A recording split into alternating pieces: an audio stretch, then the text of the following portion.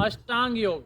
अष्टांग योग के माध्यम से हम इस संसार में सुख शांति ला सकते हैं। यदि प्रत्येक मनुष्य अष्टांग योग का पालन करे तो सब और सुख शांति होगी, सभी एक दूसरे का सहयोग करेंगे। तो अष्टांग योग के अंतर्गत आते हैं यम, नियम, आसन, प्राणायाम, प्रत्याहार, धारणा, ध्यान, समाधौ, अष्टावंगानी। ये 8 अंग हैं अष्टांग योग के। पहला है यम। यम के अंदर 5 आते हैं अहिंसा, सत्य, अस्तेय, ब्रह्मचर्य, अपरिग्रह।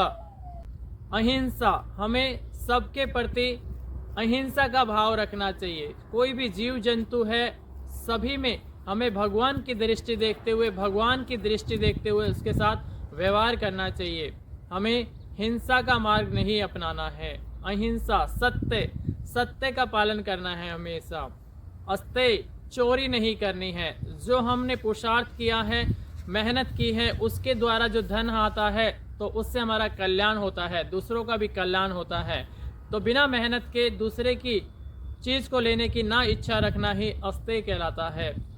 ब्रह्मचर्य का पालन करना है, संयमित जीना है और अपरिग्रह। जितनी हमें आवश्यकता है अपने जीवन को यापन करने की, यदि हमें 2 वस्त्र से या 4 वस्त्र से हमारा काम चल सकता है तो हमें 4 वस्त्रों का ही प्रयोग करना चाहिए। गाड़ी में आजकल घरों में प्रत्येक सदस्य के पास अलग अलग गाड़ी होती हैं। यदि घर में एक गाड़ी से काम चल सकता है तो एक ही गाड़ी का प्रयोग करें, तो उससे वातावरण भी शुद्ध होगा और अपरिग्रह का पालन होगा।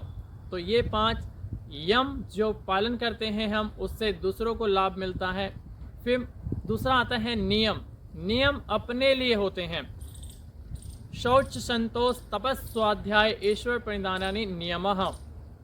तो शौच का पालन करना है, हमारे कपड़े स्वच्छ हो, हमारा शरीर स्वच्छ हो, जहाँ हम रहते हैं वहाँ स्वच्छता हो, घर परिवार आस पड़ोस स्वच्छ हो, तो शौच का पालन करना है।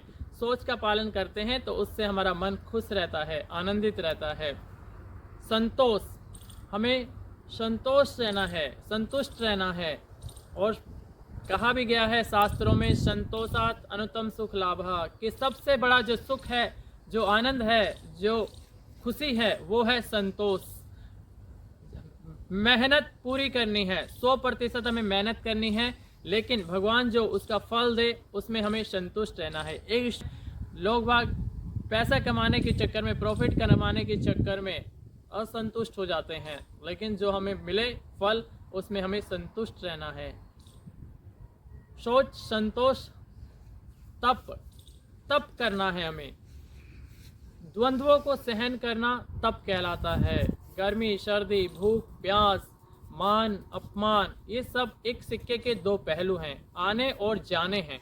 तो इसीलिए तप करना है इन सब चीज़ों से।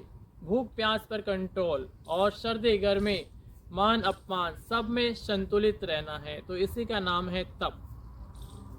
स्वाध्याय, प्रतिदिन अच्छे शास्त्रों का स्वाध्याय करना है। प्रत्येक मनुष्य को आधे से 1 घंटा गीता आदि, योग दर्शन आदि शास्त्रों का, अच्छे ग्रंथों का अध्ययन करना चाहिए। तो उससे हमारी बुद्धि विवेकपूर्ण बनती है और हमारी जो सोचने की शक्ति है वह अच्छी रहती है।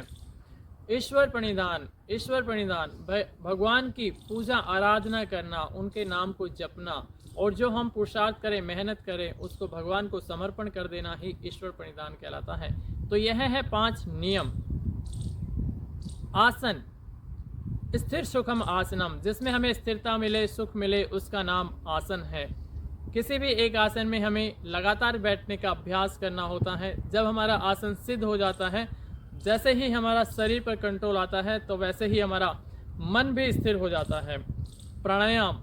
प्राणायाम करने से हमारे शरीर की, इंद्रियों की, मन की जो अशुद्धि होती है वह दूर हो जाती है। प्राणायामाद अशुद्धि क्षय ज्ञान दीप्तिर अविवेक ख्याति ही। प्राणायाम करने से शरीर, इंद्रियों, मन की अशुद्धि दूर होती है और ज्ञान का प्रकाश होता है। प्रज्ञावान हमारी बुद्धि बनती है, इंद्रियों पर कंट्रोल आता है। फिर 5वां है प्रत्याहार। प्रत्याहार का पालन करने से हमारी जो इंद्रियां हैं वो नियंत्रित होती हैं। हमारी इंद्रियों को भगवान ने बाह्यमुखी बनाया है, हमारी इंद्रियों को हमें अंतर्मुखी बनाना ही प्रत्याहार कहलाता है। फिर है धारणा।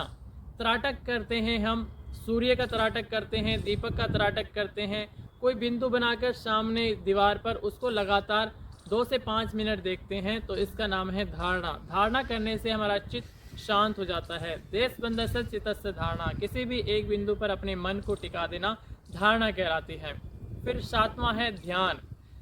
तत्र प्रत्येक त्यांता ध्यानम, एक स्थान पर ही जिस पे हमने धारणा बनाई थी उसी में समाहित हो जाना ध्यान कहलाता है। तो प्रतिदिन हमें ध्यान करना चाहिए। आत्मा का आहार है ध्यान, तो उससे हमारी आत्मा शक्तिशाली बनती है। फिर है समाधि। समाधि हमें लगानी है, समाधि का अभ्यास करना है हमें, तो ध्यान अच्छा लगेगा तो समाधि भी लग पाएगी। तो ये अष्टांग योग का पालन करके हम अपने जीवन को अच्छा कर सकते हैं। और इन 8 अंगों का जब मनुष्य प्रत्येक पालन करता है तो उससे सुख शांति समृद्धि आएगी इस संसार में।